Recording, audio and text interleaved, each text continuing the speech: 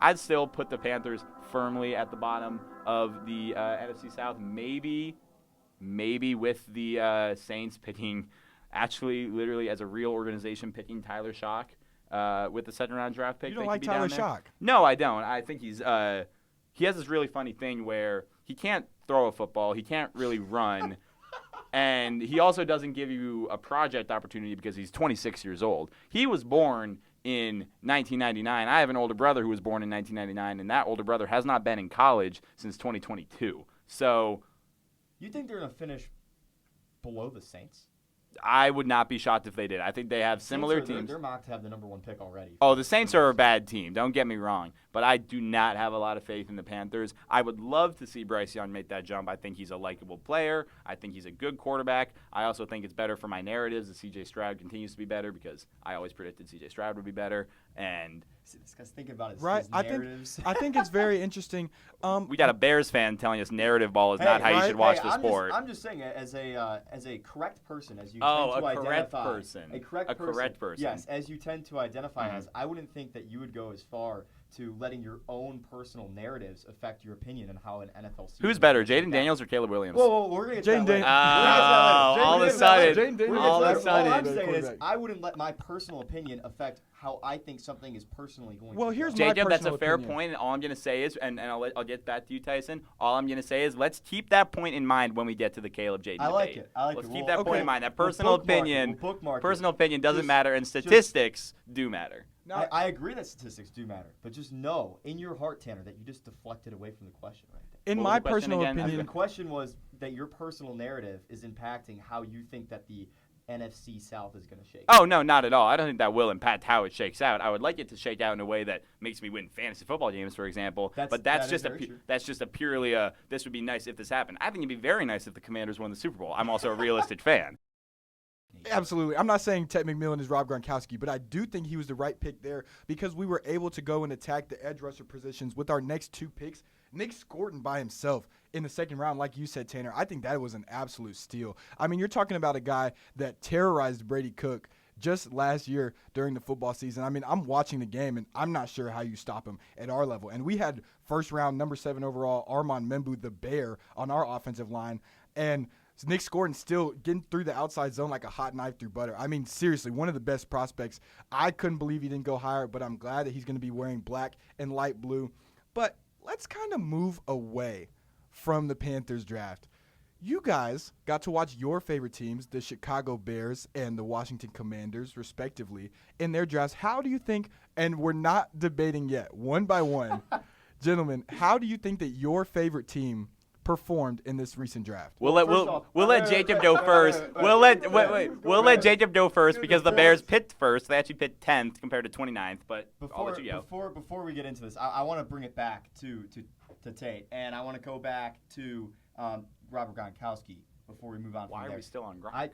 Because hey, you guys hear the Rob Gronkowski story? How he would go out every night, get obliterated, and then show up on the trainer's table around 3, 4 in the morning.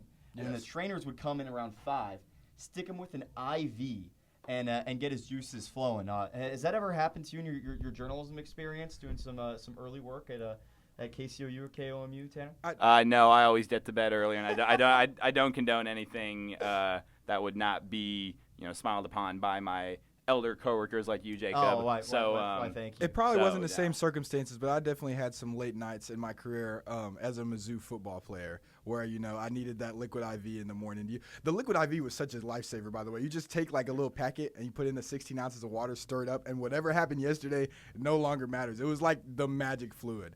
But now can we get back to which one wants to go first? All right. So, and the other thing, too, I wanted to talk to you about Ted. Because I actually did have a point on this too. I wanted to get to this because you were talking about kind of the duality of do we go offensive line because a quarterback needs protection, definitely does, or do we need weapons for the quarterback because obviously he needs weapons as well. Right. I feel like that the Cincinnati Bengals in 2021 were in a very similar spot.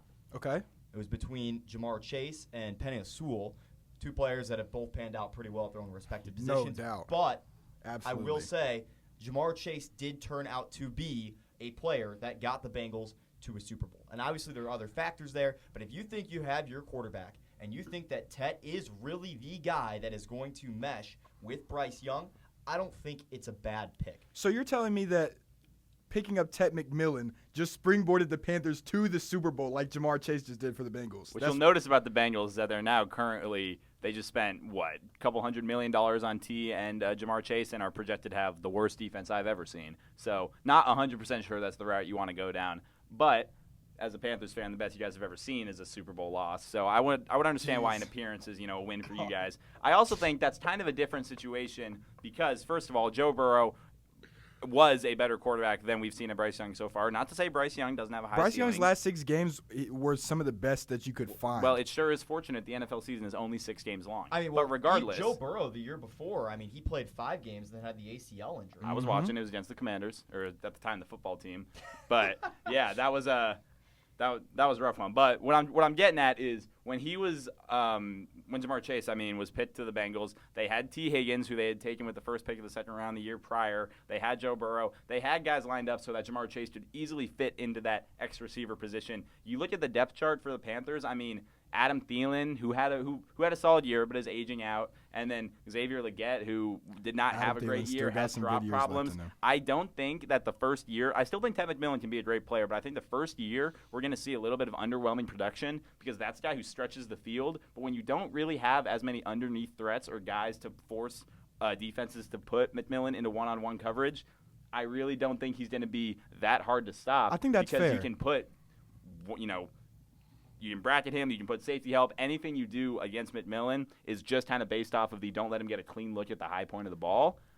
I think that's harder to do when you don't have a strong receiving core around him. I think that's a so good I would point. not. I would be hesitant to make the immediate Jamar Chase connection because I do think there is some more depth there. Yeah, and like you said, the vertical threat is really only as good as its surrounding team. If you only have one weapon, a defense can beat one weapon, but they can't beat a versatile and dynamic offense that can beat you from different angles just because they're spread too thin. Now, this is all being said in response to me asking about your team's drafts. Versatile offense. Man, let me think about some versatile offenses, huh? 2 potentially of the best tight ends in the league. Goodness gracious. The best receiver room The best in receiver the NFL. room in the NFL, apparently. And Wait, you a cannot be quarterback talking about Chicago. who's going to be taking leaps and bounds in the 2025 season. He's talking about Chicago. Mr. Tyson Ellison, I am talking about the Chicago Bears and Ben Johnson. Okay, so this is the pick that obviously people are going to gravitate to and be most excited about in our area. How does Luther Burden immediately affect the rest of the roster in Chicago? Well, I was going to ask you guys this question because we were talking about Tet and long-term projections. I know we're a little biased, but how much better do you think Tet will be in Carolina than Luther Burden, just from pure prospects here? Are we talking in the stats-wise, or are we talking how much they affect the team? I think I had to I'm- sit this one out because I'm talking like we were talking about like who's the Jamar Chase, who is the guy that's going to elevate his team and lead them to success. Those are the players that you think about. You think about your Julio Jones, your Jamar Chases, your T. Higgins of the world, your DK Metcalfs, guys that come into the program and immediately make an impact. No matter where they go, it does not matter. They take over the field. So Luther Burden, to me, his player comp, or I should say the player comp for who he would be best utilized as was Deebo Samuel. Deebo, yeah. Because I think he plays that slot weapon position where you put him in the right offense, you have him be a weapon for end arounds and for double passes, like I'm sure Ben Johnson will put him in. And that's why I think him quarterback throws. Yeah, because you'd whatever he thinks of. You'd rather have him throwing the ball than Caleb Williams. But I do think that if there was a team for Luther to end up on that would utilize his skills the best, it would either be San Francisco because they just traded Deebo to the Washington Commanders, or the Bears. Yep. I think Filling in with Rome Odunze, who did not have a great year, and DJ Moore, who has some of the worst effort I've ever seen on a football field, as well as their Still one of the best route runners in the NFL. Yeah, sure. That gets you really far when you're walking off the field mid-play. So I think Luther's in a good spot, and I really do. I will admit I'm intrigued to see what Ben Johnson, who's such a dynamic play caller, is going to do with a guy like Luther. Because Luther, the criticisms about him were the same. Not an amazing route runner, not someone who's going to give you insane separation down the field, but you get him the ball, you get him an open field, he's going to make guys miss, he's going to make things happen. Without a doubt, I was envious of Luther, even though I'm happy that we picked up Tet. I think, first of all, let's start by saying I'm biased. It's different watching somebody's game speed on the field than it is getting your ankles broken by a prospect and then seeing like what they're actually capable of doing against you. Gosh, I still have nightmares from fall camp. But Luther, like, he can stop on a dime. His route running is he makes up for everything he lacks on the entire field by, once he has the ball, try and bring him down. Or go watch film of people trying to bring him down. His contact balance, incredible. Like you guys said, I think Deebo Samuel is a great pro comp because he's most dangerous once the ball's already in his hands. And you've seen that in the way he was utilized offensively over the last 2 years. Get him the ball early, right? Let him make the play. It's Luther versus the defense, and Luther wins that battle more often than he doesn't. If you watch the tape on Luther Burden, too, out of his break, he is pretty darn good. Goodness gracious. For sure. His acceleration. Right. He is a very quick player as a whole. Like you said, down the field separation, it's good. Like, again, this is a guy who's a really good receiver. Right, second-round prospect. We're comparing him to the best of the best. His speed is not Tyreek Hill's. Yes. Right? But he is still a fast receiver. But like you said, it's not – what's going to make him a superstar is not going to be his top-end speed. It's going to be his ability to be agile and to make defenders miss and coming out of breaks well, which is nice when you have an alpha receiver in DJ Moore and a downfield stretcher in Rome Odunze. Because I know you said statistically Odunze did not have the greatest season ever, which I would 100% agree with as a rookie. But he did show you flashes of what he could be. For sure. And he can make plays downfield. That's who Rome Odunze is. Luther Burden is going to be that guy that you can throw in that slot position. You can get him the ball quickly, exactly using as Kyle Shanahan does out in San Francisco with Deebo, and make him have open field opportunities to break tackles. And pairing that, this receiver room, I feel like complements each other very, very well. The other thing you have to think of by adding Luther Burden, because I was surprised by this pick, I really was, very excited, but surprised, is you add competition. And I think this is one of the things that gets missed a lot of times in NFL locker rooms. And maybe, Tyson, you can talk to this because you played in a high-level college football locker room. When you have competition at positions, it only increases the level of your play. And have you seen that, Tyson, playing here at the University of Missouri, where there is a strong plethora of guys at the receiver position last year? Absolutely, and you'll see it more with the transfer portal because the competition, right? Competition breeds excellence, and that's something we always said, iron sharpens iron. When you have a couple of guys who all believe that they're the alpha of the team, that they're the guy that needs the ball in their hands, they're going to spend the entire offseason, every day at practice, trying to prove that to one another and to their coaching staff who ultimately makes that decision. You have people locked in more watching film, trying to find an upper hand, not only against their competition in the room, but competition across the country as well. A lot of times players will compare themselves to players at that same level on other teams. What are they doing? What can I pick up and add to the game? So now you've got elite level players in the same locker room where they're able to ask each other those questions, where they're able to build off the playing style of one another, and you just see skills get added on. Players mentoring one another so that you don't have the one-dimensional player that came into the locker room in some instances. They're leaving with more tools than they came in with, so it's always a positive. The people think about egos getting in the way or that maybe there's a bad mix or bad chemistry in a locker room when you have so many elite-level players, but that's just simply not true in football. In a wide receiver room especially, they're cheering each other on. They're helping each other grow and evolve as players, and I think that it's only going to be good for the roster. I would say, talking about the Bears draft, just to kind of take a different perspective on it, I definitely think the most interesting pick they made was that Colston Loveland at 10 pick. Yeah. Now, I have some opinions on this, and Jacob, let me get through a whole thought on Oh, it, boy. okay? We'll see how long this lasts. I got my listening ears on. So Colston Loveland was one of my top underrated players. I think he was overdrafted here. Really? I think the 10th overall spot was higher than I would have taken him, and I do think that Tyler Warren was a better tight end than him. However, I also do recognize and think that Colston Loveland and Tyler Warren are two very distinct and different types of tight ends. I think Colston Loveland is probably a more Ben Johnson type player. I think what he doesn't give you in terms of Warren's blocking ability and general versatility, he does make up for with the fact that he's going to be a little faster, might have a little bit better hands. And don't get me wrong, Colston Loveland's a good player. I have my thoughts on a tight end this high. I don't know if it's as premium of a position, and I don't think Cole Kmet is that good, but I think he gives you enough that you could have gone for more value here. But I'm not mad about the pick if I were to be a Bears fan. Thank God I'm not. But if I had to be one, I wouldn't be upset about this pick. I think he does leave some stuff to be desired. Like I said, not the best blocker you've ever seen, and He's a big dude. I mean, 6'6", 250. But sometimes it feels like he's not utilizing his size as well as he probably could. And so a lot of his routes, essentially, I think he's like a Kyle Pitts type, which is basically just a receiver in a tight end's body. Now, for your sake, you got to hope he's not Kyle Pitts.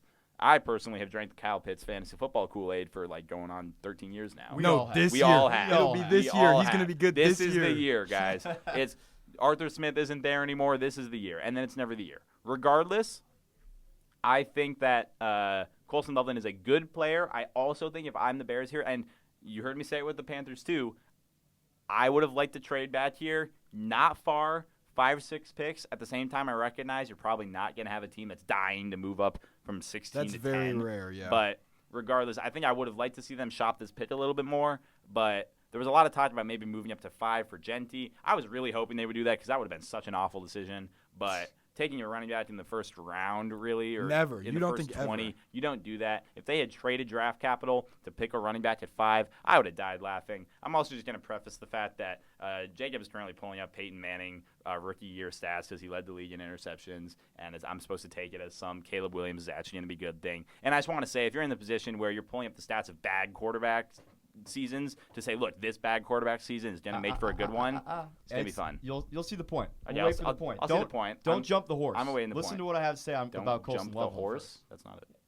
That's not a saying. Oh, Put the boy. cart before the horse. There you go. There's something about a horse, you know. Something about a horse. You know, ladies the and some gentlemen. horse- the Bears horse-related tore entity. down my racetrack that I went to every year Did they as a really? kid in Arlington Heights, where I'm from, to potentially build their stadium, and they're hemming and hawing about actually building it or not.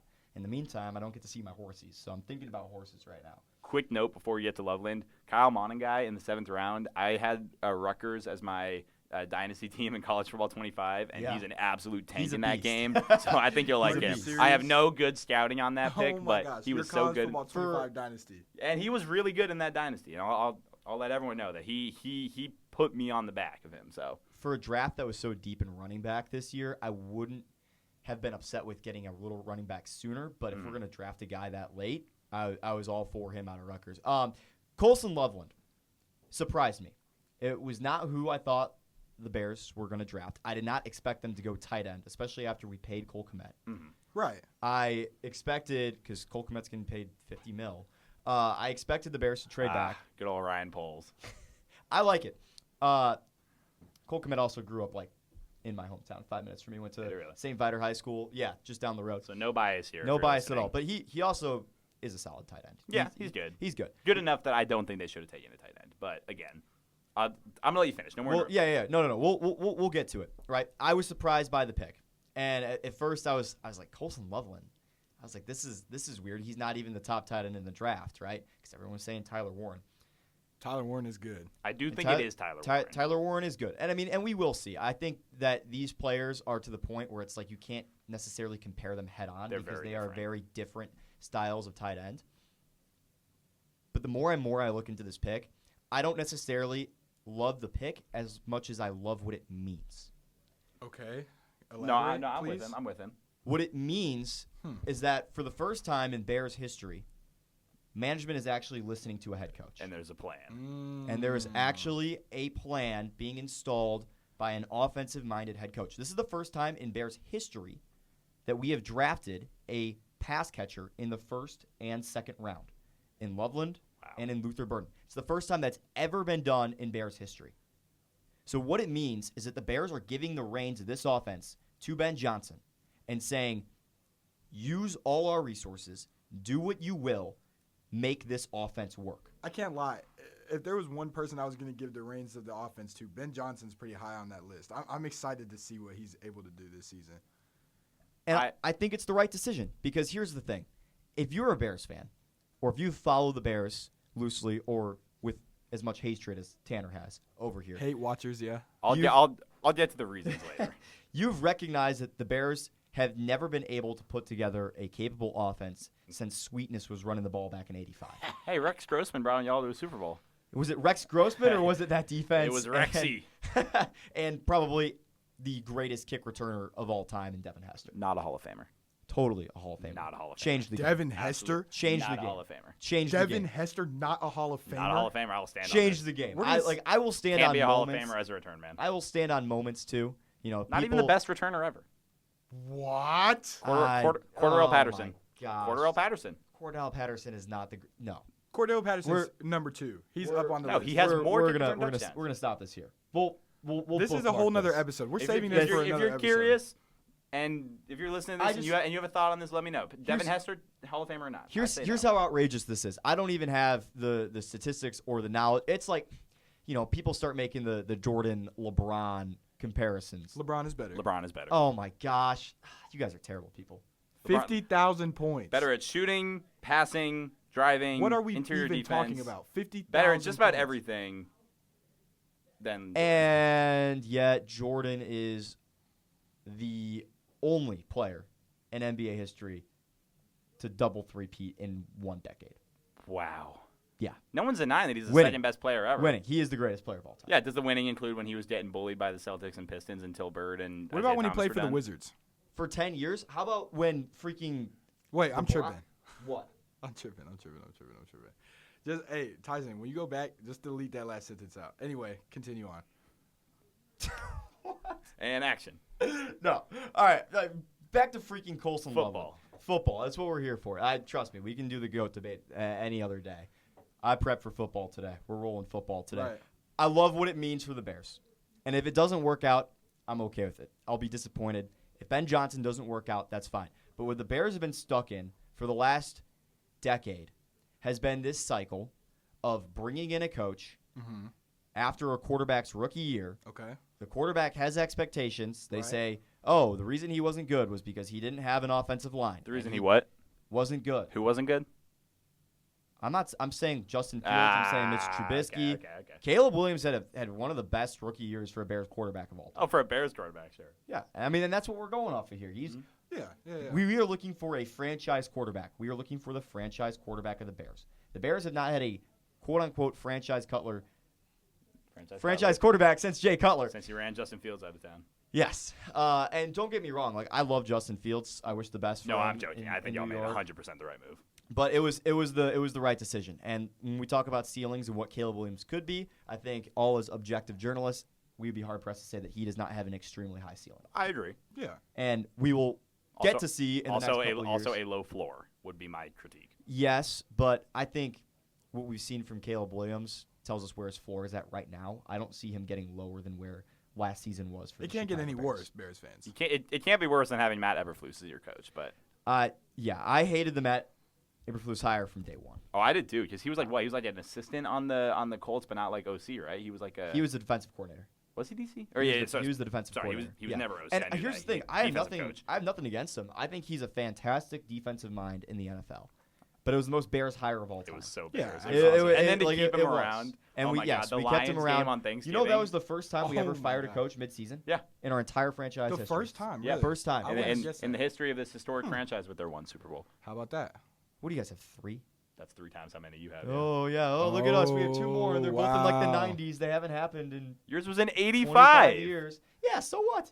So we had one in 82, 87, So, and like, 91. if you were to sit here and you were to be like a Patriots fan or you to be a Chiefs fan, like, I could take it. Because you they know? have dynasties. I could take right? it. They you actually know, have. they earned have that. recent Super Bowls. Oh. Heck, Philly fan. I would take it from a Philly fan. I refuse But to. you're acting here like you're all high and mighty for 2 more Super Bowls that happened 25 years ago, probably a decade before you were even born. Because if we're both poverty, then I'm going to take the team that has the 3 rings versus the team that has the 1. Okay, Yeah, we're speaking both of poverty, which, but like speaking of which, Tanner, let's not talk about 25 years ago. Let's talk about last week. Let's talk about last week. We have Way yet, to rein it back in, Coach. we have There we yet go. to hear Thanks, about Tyson. your. we get All right. sidetracked. We have yet to hear about your team's draft. What can you give us?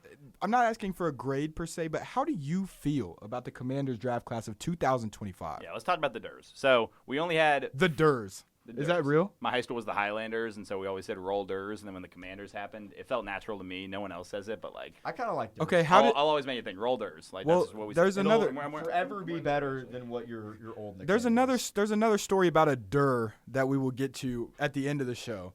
Jacob, do you know But what he's first, talking about? we're going What? to talk about. Tyson, what are you talking Tyson, about? can we not wait to the end of Can the we fast show? forward? We don't have to like answer it. But Tyson, just- we have no idea what does that mean? These guys are clearly not in the Panthers Legends community, bro. But I'm talking about Shudder. We'll talk about Shudder. All-time miss Oh my recorded gosh. on Are you camera. serious? That's a miss. All-time That's a miss? airball. $100,000 fine. to the Falcons' defensive. We're talking about the Commanders draft. Let's get to that. Okay. That's why I said end of the Commanders show. draft. 5 draft Nobody picks wants to this listen to me year. until Only it's too 5 late. draft picks because of the Laramie Tunsil trade, franchise left tackle, and Deebo Samuel picking up a slot weapon for Jaden Daniels. With the 5 picks, Is he washed? Is he washed? I think he's not washed enough for him to be productive this year. So Okay. I'm not pretending we got 2020 Deebo Samuel. Over under Curtis Samuel production level.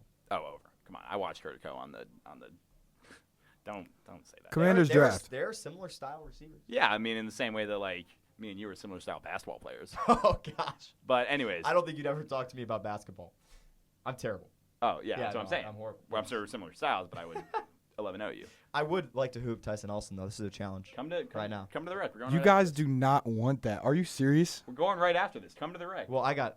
I also Oh, have you got class. class. I also have all of a class. sudden, everyone- Tyson and I are going 1-on-1 in football drills this summer. Yeah, Tanner has nothing else to do, so he can go to the rec. But we actually have Oh, we'll just busy make your old lives heads over here. We All actually right, have- Commanders draft. Finally, goodness gracious! go. Like I'm trying to moderate. I'm trying to do the best I can over here. Jacob and Tanner are like I'm listening. it's like splitting the atom, having you So, two discuss something. The Durs go offensive tackle at 29. Now, Josh Connerly Jr., tackle out of Oregon, is a big dude, 6'5", 315. Biggest stat I saw about him almost immediately after the draft pick was against Penn State in the Big Ten championship game, 35 snaps against Abdul Carter, 0 pressures, 0 sacks. That's the sort of thing that just excites me because another thing that excites me is that all of Commander's Twitter was immediately in flames because of it, which is how you know it's a good pick. Because if people on Twitter say it's a bad pick, it's definitely a good pick. Everyone loves the idea of building the trenches and keeping your quarterback safe. No one loves actually doing it. It's a boring pick, sure. Yeah. You don't think of Josh Connerly Jr. as the guy who's going to set your team over the edge. But when you think about some of the offensive linemen I've had to watch, and Andrew Wiley at left tackle and Brandon Coleman, who was a rookie out of TCU last year, get thrown way to the wolves at left tackle, to go from those guys, and Wiley has become a serviceable right tackle, actually, but to go from those guys to Connerly, who is a athletic, had the fastest 10-yard split of any offensive lineman, right tackle, and then Laramie Tunsil, who is just kind of unequivocally one of the best in the league. You could argue he's maybe the best left tackle in the league. He's in that Trent Williams level. Yeah. That is a huge change. So I'm very happy with the pick. The question, I imagine, was kind of down to him or Josh Simmons, who ended up going to the Chiefs at 32, tackle at Ohio State. Simmons is a very good player, had knee injury questions, and I've seen way too many lineman knee injuries to even toy around with that. Dude, so, everybody has seen too many lineman knee injuries. It's like comes with the position. Yes, but I don't want to see any more. I watched Sam Cosmi, who was our best offensive lineman this past year at right guard, shred his ACL. And you don't want to see that happen again. So having a guy who does not have that history is definitely a good thing. Josh Connerly, also, this is such like a old head way to say this, but is a student of the game. He already changed his Twitter profile header to the Hogs from the Washington teams of the 1990s, the best offensive line in NFL history. Mark Rippon got sacked 7 times the entire season. We won the Super Bowl in '91, which is, I think, one of the most insane stats ever. So Connerly, a fantastic player, and I'm happy with that. Only 4 other picks. We went with 2 skill positions. Jalen Lane out of Virginia Tech. He's going to be our return man instantly. He was very dynamic out of Blacksburg, obviously local kid, someone I'm very happy to pick up. And then Ja'Cory Krosky-Merritt didn't play a lot his senior year because the NCAA said he was ineligible. I didn't actually look too deep into that, but was a very explosive running back. Gives us the kind of, 1-2 punch with Brian Robinson, who Robinson is very slow and kind of fell off a cliff production-wise last year. I'm not really sure what happened. But Krosky-Merritt, I'm not going to pretend like the 7th-round pick is the savior of the backfield. But if he pans out, someone who can give us a third-down back, speed option, someone to throw a screen to that you won't trust to get tackled by someone like me. So I was happy with those picks. The biggest story, also picking up Trey Amos out of Ole Miss. We needed more corner help. And to go from Benjamin St. Juste and Emmanuel Forbes to Marshawn Lattimore and Mike Sanderstill and now Trey Amos, that's another huge jump at a key position of need. The biggest thing, do you guys know the RAS stores, the athletic stores that? Yes. I'm sure you've seen it. Probably. The one that Armand Membu got elite on everything on. Yeah, right. It's these are always the. Yes. So the Commanders had the highest average RAS score of any team. So it's very clear that Adam Peters is looking for straight up athletes. For instance, Kane Medrano, linebacker at UCLA, our 6th-round pick. the best 40-yard dash out of any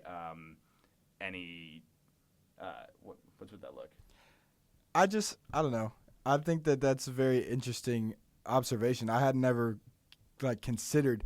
Oh yeah, they use the RAS score to determine their draft. I'm not picks. saying they use the RAS score, but I'm saying that they all mean that we're picking very athletic players, fast, fast, agile guys who can really explode out. And we're doing it all in positions. That's nothing new. Yes, but that's something that athletics and your ability to be athletic is something. I'm not pretending this is some revolution of the analytical world. Right, that's why but they I'm saying take it was the a very numbers. intentional approach by Adam Peters at positions where maybe you could have gotten a guy with a higher floor but a lower ceiling. Say, take Medrano out of UCLA. You look at linebacker, very athletic guy, production not necessarily there, but when you're in a linebacker room with Bobby Wagner, who's one of the best linebackers to ever play the game, certified GOAT, and Frankie Louvu, who is a guy who plays a lot like Medrano in the sense that he is a very, very athletic player, fast, strong, but maybe lacks a little bit in technique. Yeah. Louvu can show this guy, hey, here's how you use your athletic ability. If you don't necessarily have the exact, lateral movement to get to the right spot at the exact moment, here's how you make up for that. So they're picking positions where there are tenured guys to show them the ropes. For instance, Amos going with Marshawn Lattimore as a highly athletic player. I think that's something that they're focusing on. So I'm happy with the draft. It's definitely not the most exciting draft we've ever had because you take Jaden Daniels last year and it's that's a potentially franchise-changing guy. No, there's no more potentially about it. I think Jaden Daniels is the future. Oh, for not sure. just of the Commanders, but of his division and of the NFL. He is an elite talent. I think that is probably of the decade one of the most exciting picks for Washington football team. Oh, you're speaking my language, Tyson. I was just saying. I'm saying before the draft, you have this look into quarterbacks, and hey, I will go on record and admit it out loud that before the draft, I was pounding the table for Drake May. That was who I wanted, really, really badly. I wanted Drake May. He still could be. No, and he's been a great quarterback. Instead of the Heisman, you wanted Drake May. I did want Drake May, yes. And look, I have said this take plenty of times before, and my friends always make fun of me, and I say the same thing, which is that I am so happy to be wrong. Are you kidding me? I could never be happier to be wrong because Jaden Daniels has shown me something that I have not seen since I was 7 years old, turning on a Washington game in 2012 and watching RG3 give me some sort of hope. And then we all saw how that ended. Yep.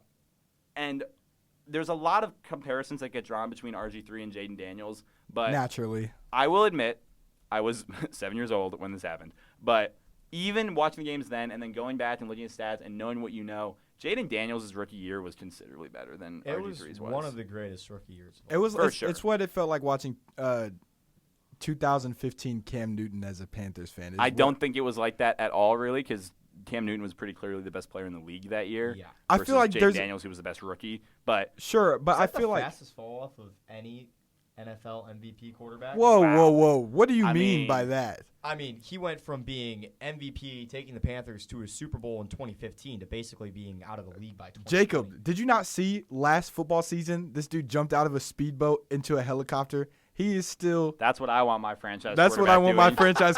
That's what I want my franchise quarterback doing. Man. I mean, yeah, you look at it. The only one who would even come close would be maybe Matt Ryan, but that wasn't even a fall off as much as Matt Ryan near the tail end of his career. Okay. No, but Rich Gannon had an MVP year, kind of out of nowhere. So what do you think the future is for Jaden Daniels? Like, if you were doing future projections way too early after one season, where does Jaden Daniels end up at the end of his career? So if I were to be doing a radio show with someone who had a C.J. Stroud football reference page pulled up in front of him right now, I would assume the next talking point is going to be sophomore slump. One of my favorite terms in sports. No. Okay, interesting. No, one of my favorite terms in sports. A lot of people love throwing this out. They say, C.J. Stroud was electric his rookie year, and let's just get this out of the way. Jaden Daniels was better, rookie year comparisons. But then C.J. Stroud didn't have as good of a second year. And that is the only argument for why that's going to happen to Jaden Daniels. All this stuff I see about Jaden Daniels didn't have a sophomore slump, and Jaden Daniels fall off, and offenses will figure him out. The only evidence for that is that it happened once or twice before. All the stuff that I'm building up, by the way, and pulling up, that you are so lovely telling our audience about.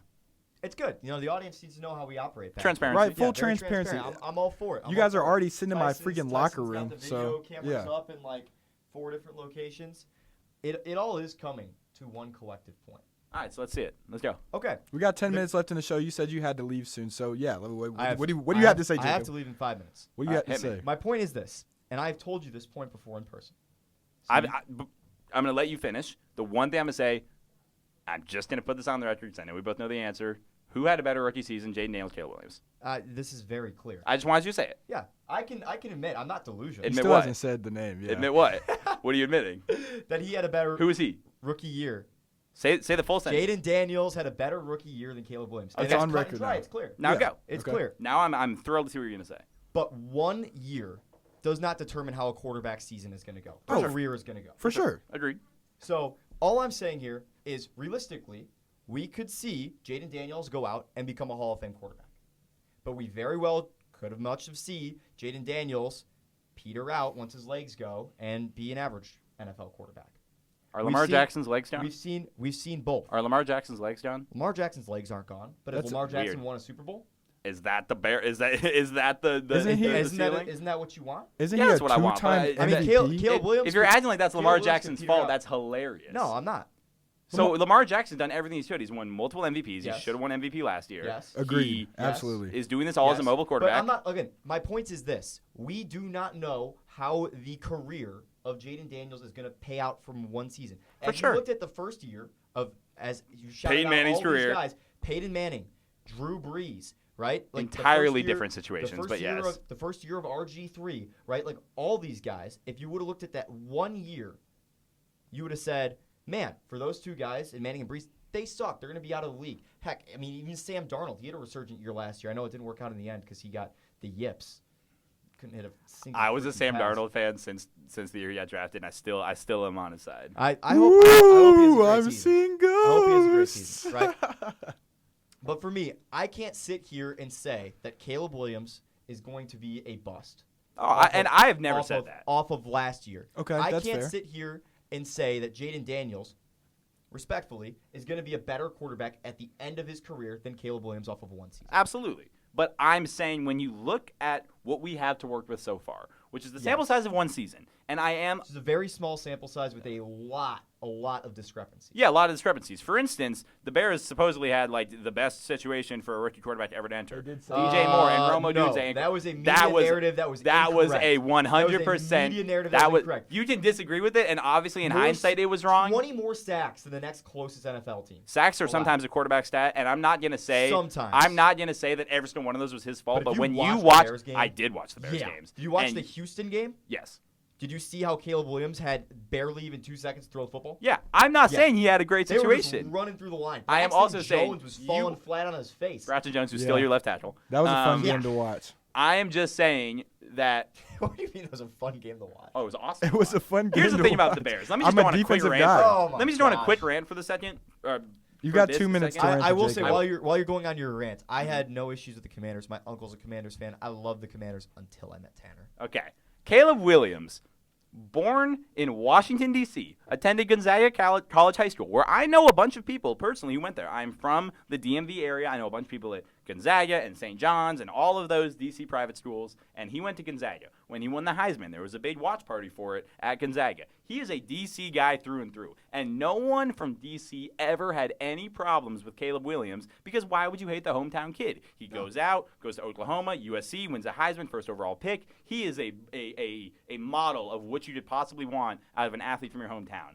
But Bears fans got so insecure about the fact that Jaden Daniels was just better than him that year that they decided they needed to project their problems about it. And they said, no, you don't understand. He's going to better. He actually is better. Jaden Daniels is a check-down merchant. There's all of this stuff that I got heard. Check-down And the merchant. Bears fans were So so are you- insecure and so loud about it that all I could possibly do was start to hate the Bears. And I got confused because one of my good friends who I'm living with next year is a Packers fan. And this guy was always telling me about how much he can't stand the Bears. And I'm thinking to myself, I'm going, how could you possibly care about the Bears that much? I know they're your rival, but for instance, I hate the Eagles, my least favorite team in any sport ever.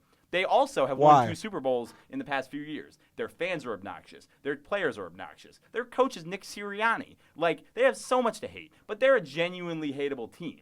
The Bears, theoretically, shouldn't be that hateable, but the Bears fan base is convinced that they are the historic franchise that they are with the history to back it up, like production-wise, and they're not. So you talk to a Bears fan, and you think you're talking to a Patriots fan or a Chiefs fan, and it's like, no, we've got this guy. I think who you're a little misguided here. I'm absolutely not. I because think you're I'm telling you, completely misguided. I'm Because telling you I from know- everything I know, from all the people I know, from D.C., from Virginia, from You're- Maryland, all of whom have the same opinion on the Bears now because their fans were so loud and vocal about Caleb Williams not being as good as he was supposed to be in his first year, which I admit does think not your determine a sample career. size and your selection of people that you've talked to is wrong. Are there a lot of Bears fans at Mizzou? There are a lot of Bears fans. Are there a lot of Commanders fans But in the also, DMV? look at the age of the Bears fans. Okay. Yeah. These are young college kids that are typically very passionate. A lot of times, not the most intelligent sports fans in the world. What would you know about that? Right? What would you know about that? Right? I've had conversations with a lot of media personalities in Chicago. For sure. Who speak to a lot of Bears fans. Mhm. I live in Chicago. I have family. I have friends. There are so many people, a unbelievable amount of people, that are not proud of Chicago and the history that we've had and are simply just frustrated. Oh, and I'm telling you that the Bears and the And- Commanders are like mirror images of each other. I Historic Interesting. franchises, good in the past, can't get it done, bad ownership, bad management. So just like the this, Cowboys. This, that, I can that. tell you right now that Just there like Dallas. there are very, and maybe you just had some very arrogant Bears fans in your life. No, what would that be like to talk to one of those, Jacob Siciliano? I'm just an arrogant What- person. Oh, but that You have- you that have to translates to separate- you as a you have to- Bears You have to fan. separate the two when we're talking. No.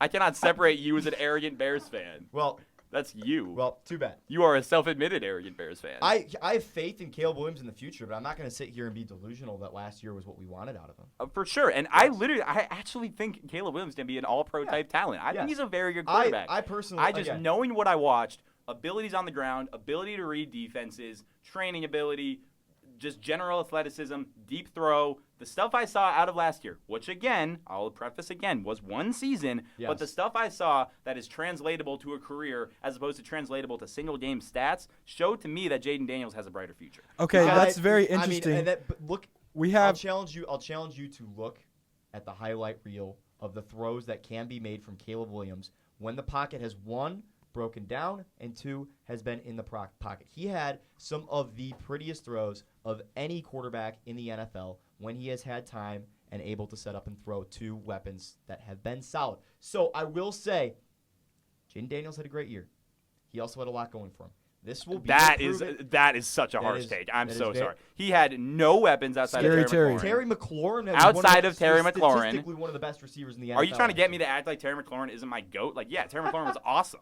But outside of Terry, he had no one on that Gentlemen, offense. we got to wrap up Olamide the Zaccheaus show. was his wide receiver too. Zach Yes. Ertz is Ryan Never mind, Corpse that was Zach his is- tight Ertz end. played fantastic. Why at was the end of that? I don't know. He Because the played well. quarterback elevated him. He played well. I was standing behind the end zone when Zach Ertz caught the touchdown against the Falcons to send us to the playoffs. I promise you I watched all the And games. Cole Kmet was absent last year, but it was not because of Caleb Williams. Interesting. You also had a very competent play caller that knew what Yes, he was agreed. doing. Cliff Kingsbury did a great We job. had no idea what we were doing. For with sure. Anything. You in also terms had a of better development. defense. Yes, we had better defense. For sure. That's the only reason we won a couple games. Yeah, for sure. So the defense Like that helps the first quarterback. game Would you against the not admit Titans? the defense helps the quarterback? Defense helps the quarterback, but again, how do you expect a quarterback to come to the NFL and develop when he has a dysfunctional head coach that can't hold the locker room Agreed. and an offensive coordinator that's gone by week 4? Mhm. Where in comparison, you have a very talented quarterback, because we're talking about two very talented quarterbacks here, Yes. that comes in with a legendary offensive mind, Cliff Kingsbury. Okay. Wow. He is a great Le- offensive mind. Great offensive mind. He's a great- Legendary he is a was strong fantastic. word. He was fantastic at USC. He didn't pan out as a head coach in Arizona, Mhm. but he knows what he does when he's talking offense. And he's Yes. worked with NFL quarterbacks, and he's worked with mobile NFL quarterbacks. I know I'm being pedantic, but the word legendary is very strong. It was Gentlemen, one last question before we end the show because we are cutting it close. Oh, look So- at Mr. MC over here. As a former coach's son, I wanted to talk about what the Jackson I gotta Ulbrich go. situation should look like. Jacob's out of here. We'll see you, Jacob. We're gonna save that one for next week. Instead, Tanner. Obviously, the Commanders are going to have the best record out of our teams in this room. I want to know who's going to take. finish. Who's going to Nah, finish take. objectively to you, the Panthers or the Bears? Who will have the better record by the end of the 2025 season coming up, and why? So this is kind of a lose-lose question for me in this room. The Bears are Bears playing. are winning the North. The Bears are not winning the North. The Bears are playing in a very tough division. The Bears are going to be fourth in the The North. Bears are playing in a very tough Fourth in the division. North for sure. A very tough division. The Panthers play in the worst division in football. Right. So that's free wins. Would say, finishing ahead of each other record-wise, I would say it's going to be the Bears. Really? By Why? maybe a win. What? I am big on The Bears? I would never admit it with Jacob in the room. I actually think the Bears are going to be pretty good this year. They do have the misfortune of, the Lions are a very good team. Packers are a very good team. If McCarthy pans out, then the Vikings will be as well. Like, I am high on the Bears. And I'm just not that high on the Panthers because although they have done a wonderful job from where they were to bringing in Dave Canales and having an actual vision for the team now as opposed to being stuck with whatever they were doing. We have a future. Years. Why would you pick the Bears over us? Because I don't understand. Bryce Young showed me 6 games. And they were 6 good games. 6 I'm not going to say amazing games. Tremendous games. Not amazing games. Let's also hold our tongue on that. Bryce Young was a good player and he got his get back game by game wise, but I mean, you look at the actual stats, 251 yards, 203 yards, 158, 219 and 191. Those are his last 6 games. So he threw over 250 one time. He had multiple touchdowns in 3 of those games. Threw 3 picks across 6 games. He had 15 sacks in those games. Yes, he did. Yeah. A good player. But I think people really, really, really lost the plot on what was happening because C.J. Stroud wasn't as electric and lights out as he had been in the past. Okay, fair. And in the meantime, Bryce Young has such a low floor at the moment to expectations-wise to surpass that once he started playing like a competent NFL quarterback, everyone was like, wait, maybe Bryce Young is actually the guy. Look, I think Bryce Young is going to be a good quarterback, and I am actually very impressed that he managed to make it out of where he was because, I mean, he was in genuine bust territory. Yes, he threw was. for 84 yards against the Chargers and 58 against the Bears, and Bears game was the one he got pulled in. He did not have a good start to the season. He was on bust trajectory, and I'm glad that he pulled his way out of it, but he's now on starter trajectory, and that does not absolutely blow me away. I think the Buccaneers will be a good team. I think a second year of Penix will do well for the Falcons, and I think they both have better head coaches than you do. So, actually, maybe not. Todd Bowles isn't great. But I just haven't seen that much out of the Panthers. They don't have great weapons. They don't have an outstanding defense. In fact, they have a terrible defense. I really don't value them very highly as a team coming into this year because they're not wowing me at any one position. Okay, here's what I will say. Take the Giants. Right. Giants, bad team, but their defensive line now, Dexter Lawrence, Brian Burns, Abdul Carter, they've got a star-studded D-line now. We beat the Giants. I don't think it would be tight because that defensive line versus that god-awful O-line of yours, I don't have a ton of faith. Yeah, you made your point earlier about the Commanders and the first pick this year being that franchise tackle and how important that is. We tried that with the Kim Ekwonu. We haven't exactly got the production we expected out of him. Mm-hmm. But I feel, and again, coming from a Panthers fan, we're coming off our best stretch of games that I can remember in the last 3 seasons. Bryce Young is developing as a quarterback and finally coming to his own. He's reached starter territory, like you said. Okay, again, reached starter territory does not exactly, fulfill me with confidence when I'm talking about the guy. Sure. Jaden Daniels was a starter territory guy by game 1. He had a better last 6 games than Caleb Williams. This is not a super impressive comparison. No, I don't mean it to. But what I'm saying is now we've got a clear number 1 receiver for our starter quarterback to throw to, which we lacked. Sure. We have edge rushers on the other side. We lost games. We lost games because we had the worst scoring defense in NFL history. That is a fact. Your edge rushers are, Derek Brown, good player. Tershawn Wharton, not a good player. And Nick Scorton. Yeah, Scorton now. Scorton, I think he really is going to help transform this defense. I'm not saying that we're ready to have I don't think we're going to have a 9-win game season or a 9-win season. I'd be shocked if he finished with a winning record. Genuinely shocked. Agreed. I'd be shocked if he finished above 6 wins. Oh, I think we get 6. Disagree. The only reason will be because you get 2 from the Saints, steal 1 from the Falcons or the Bucks, get swept by the other one. Tanner. Steal 1 from. Tanner. If we get more than 6 wins, you got to do 100 push-ups on this show at the end of the season. If we don't get 6, I do 100 push-ups on the show. I'll say 7. 7? 7. 7's the over-under? Yeah. A 7, we tie and nobody does anything. Okay. Shake on it. And that's how we'll end the show. Ladies and gentlemen, thank you for watching Locker 51 with Tyson Ellison, Jacob Siciliano. Rest in peace, Jacob. And Tanner. Thank you, Tanner Kohler, for joining me today. This was the most fun I've ever had doing was the a lot show. of fun. You guys are so goofy. It's literally, I said it earlier, it's like splitting the atom, having you guys try and answer a question against each other.